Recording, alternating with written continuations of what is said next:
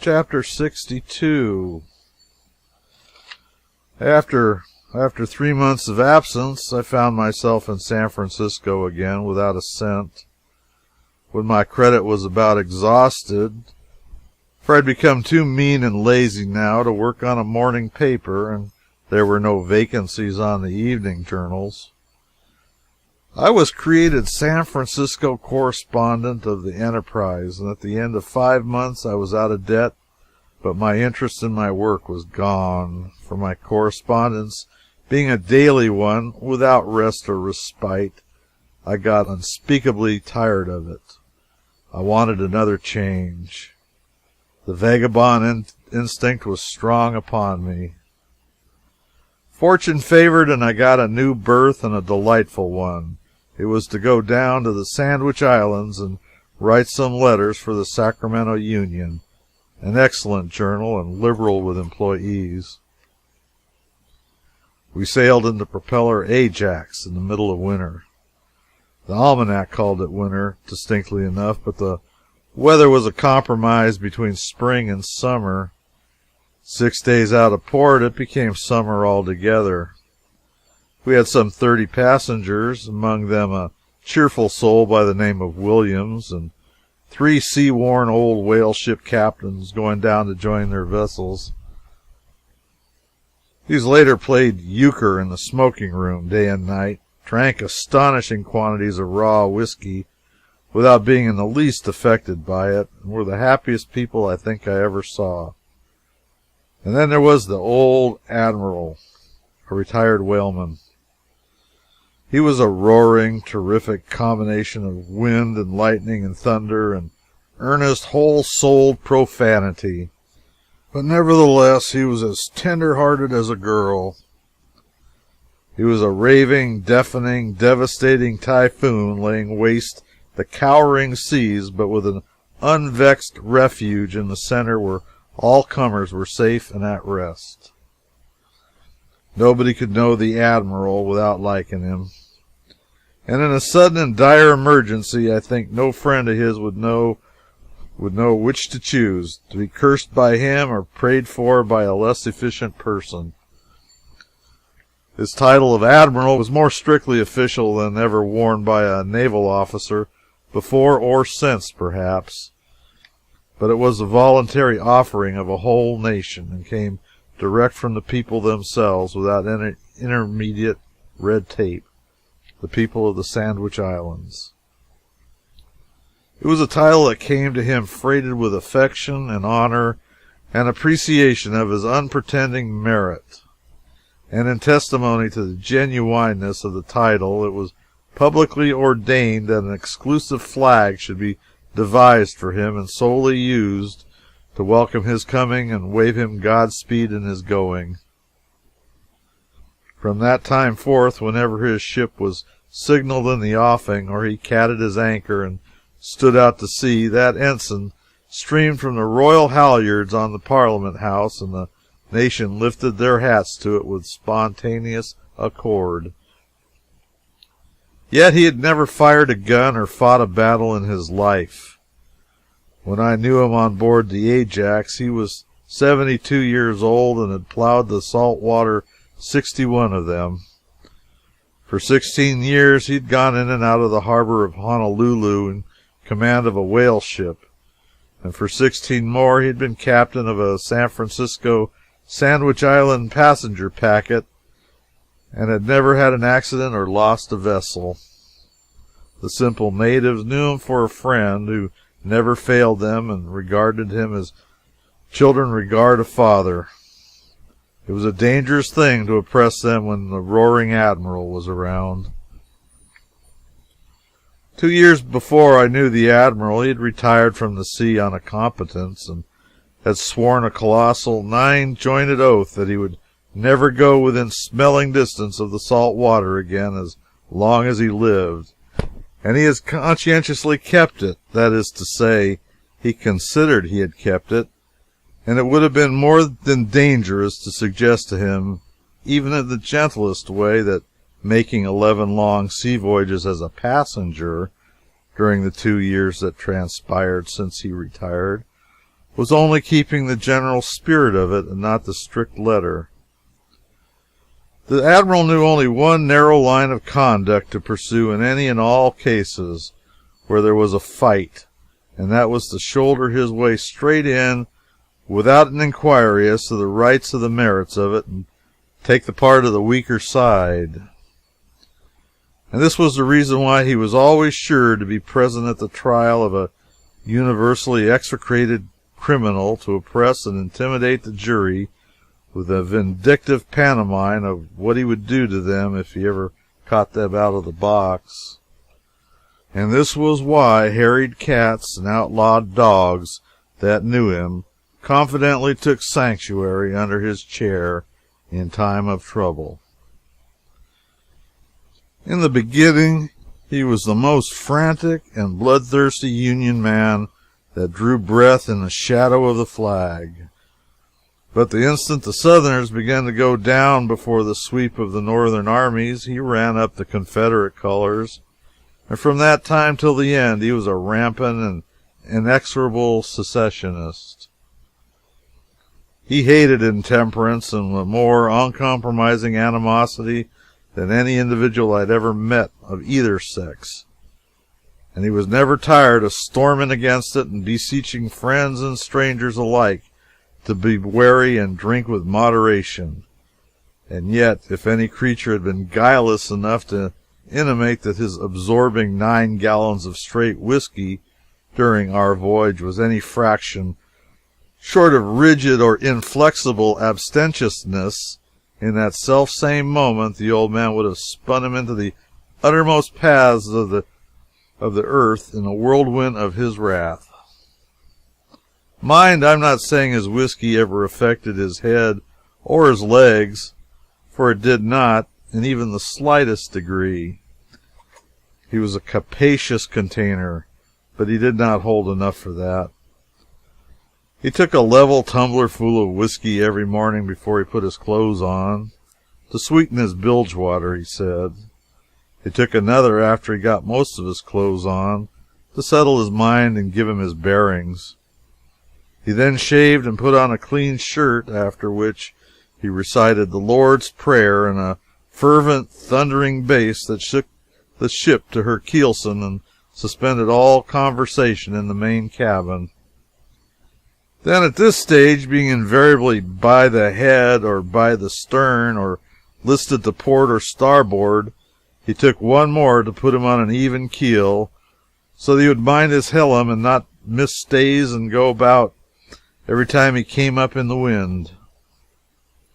And now his stateroom door swung open, and the sun of his benign face beamed redly out upon the men and women and children, and he roared his "Shipmates ahoy!"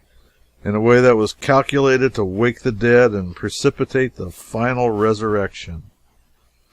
And forth he strode, a picture to look at and a presence to enforce attention.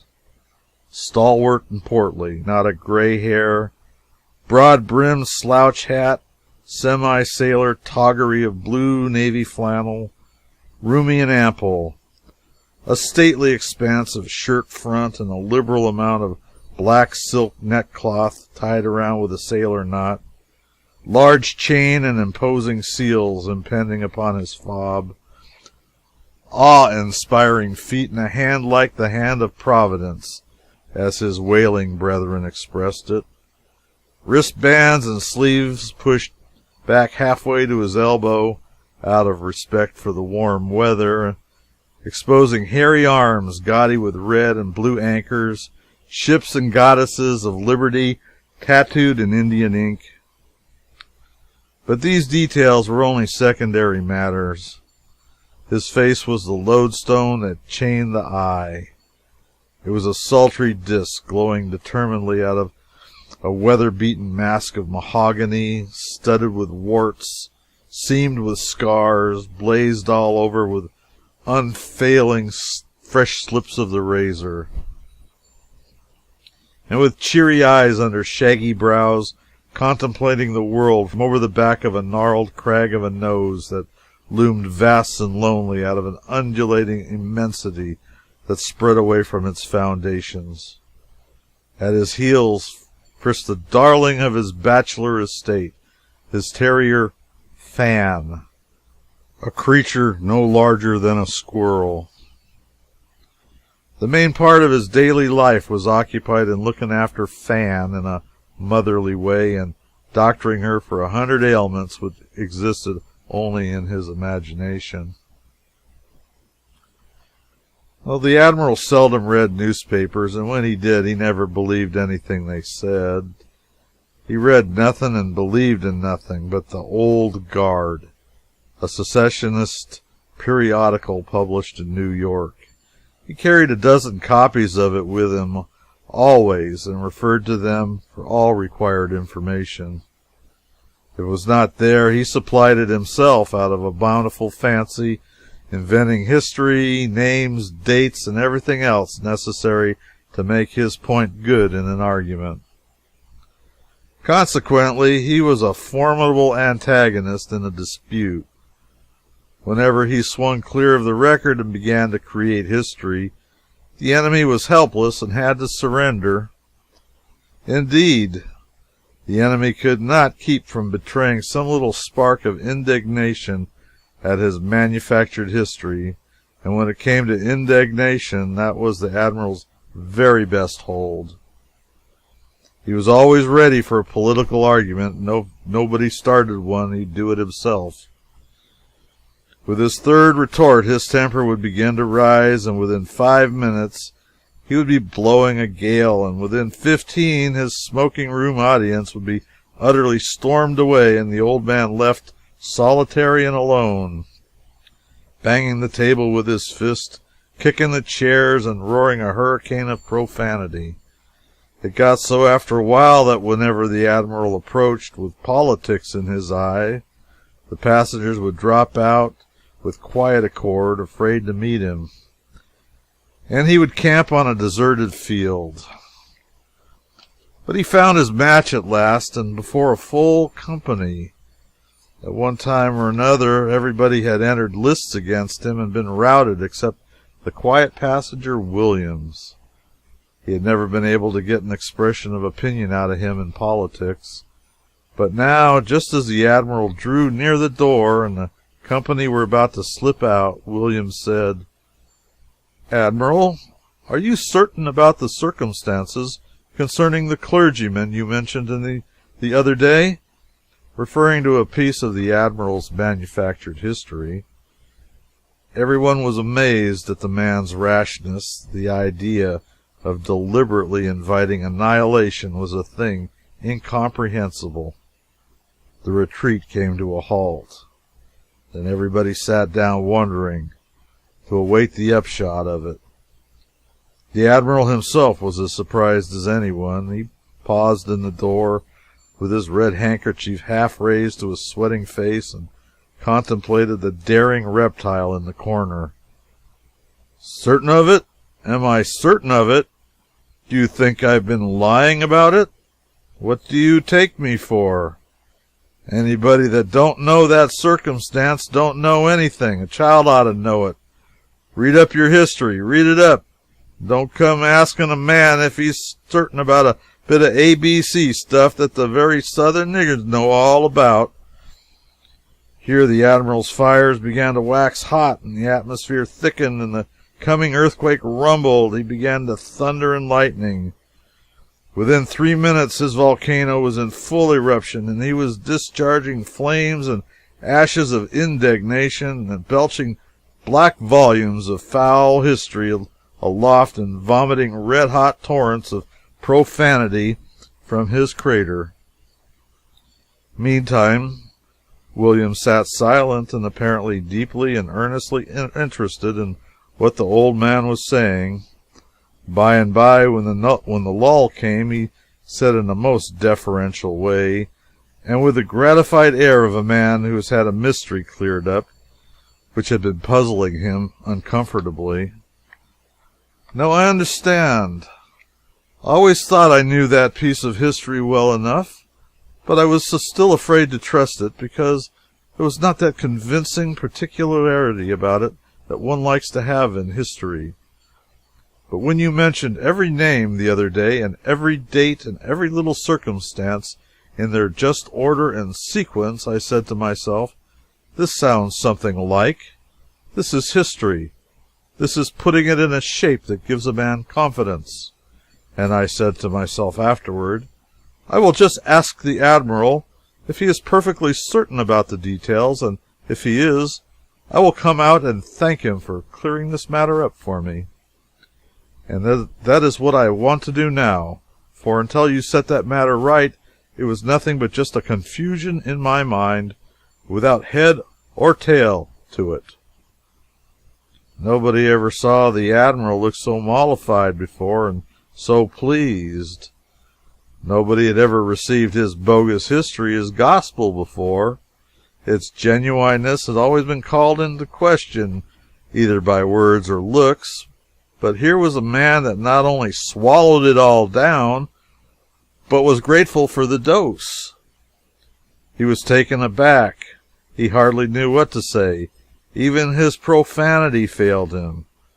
Now Williams continued modestly and earnestly, But, Admiral, in saying that this was the first stone throw, and that this precipitated the war, you have overlooked a circumstance which you are perfectly familiar with, but which has escaped your memory.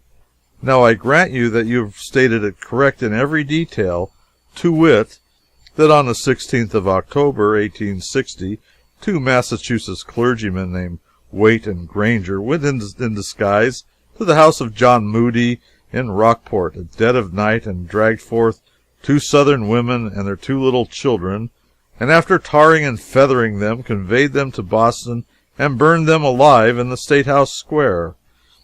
And also I grant your proposition that this deed is what led to the secession of South Carolina on the 20th of December following.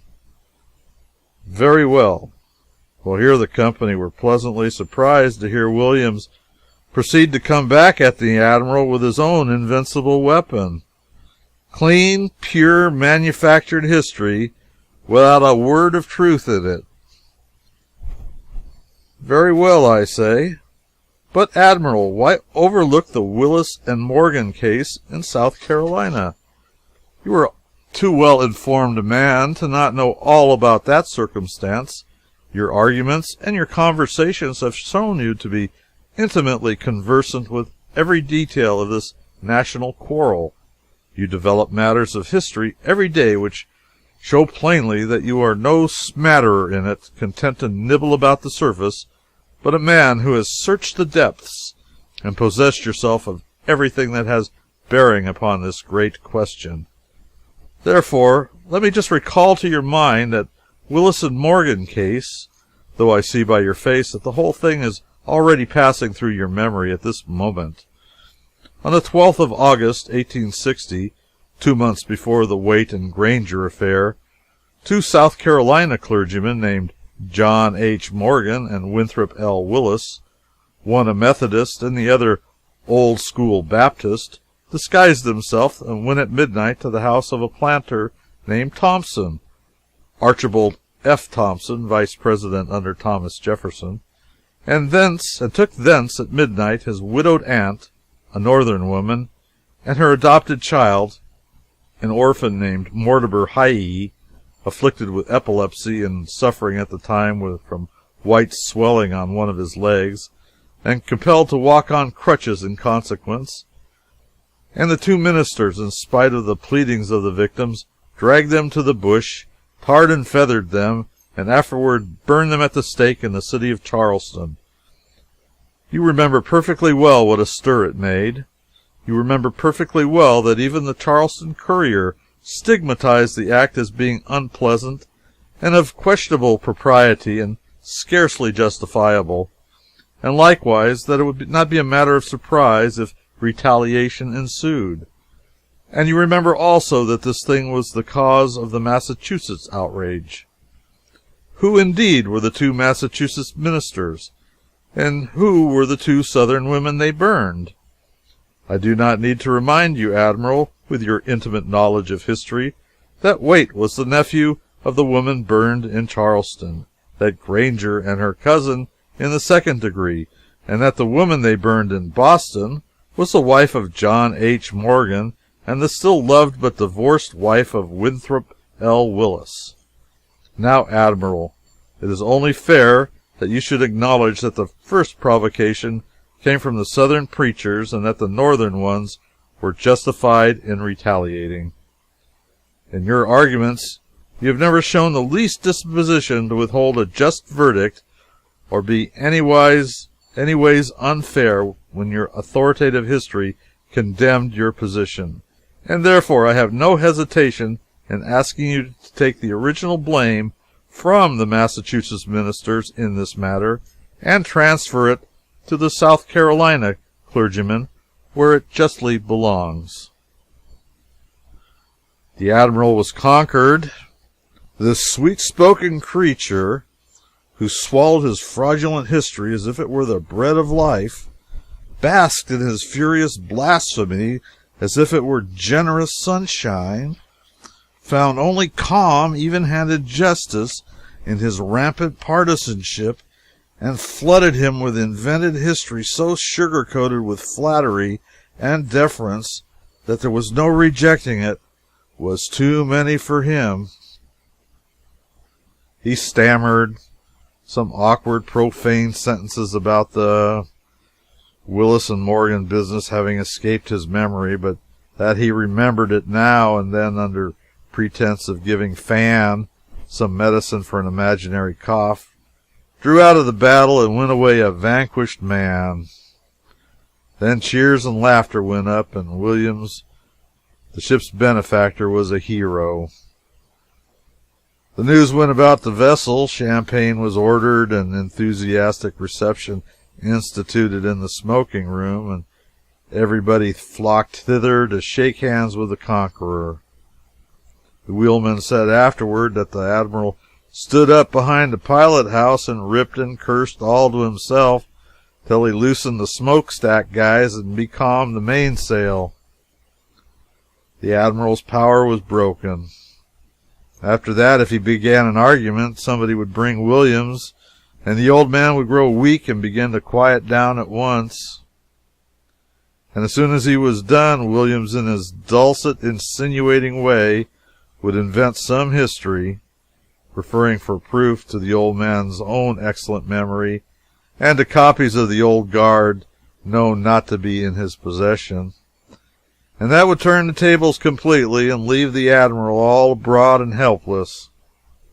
By and by he came to so dread Williams and his gilded tongue that he would stop talking when he saw him approach, and finally ceased to mention politics altogether.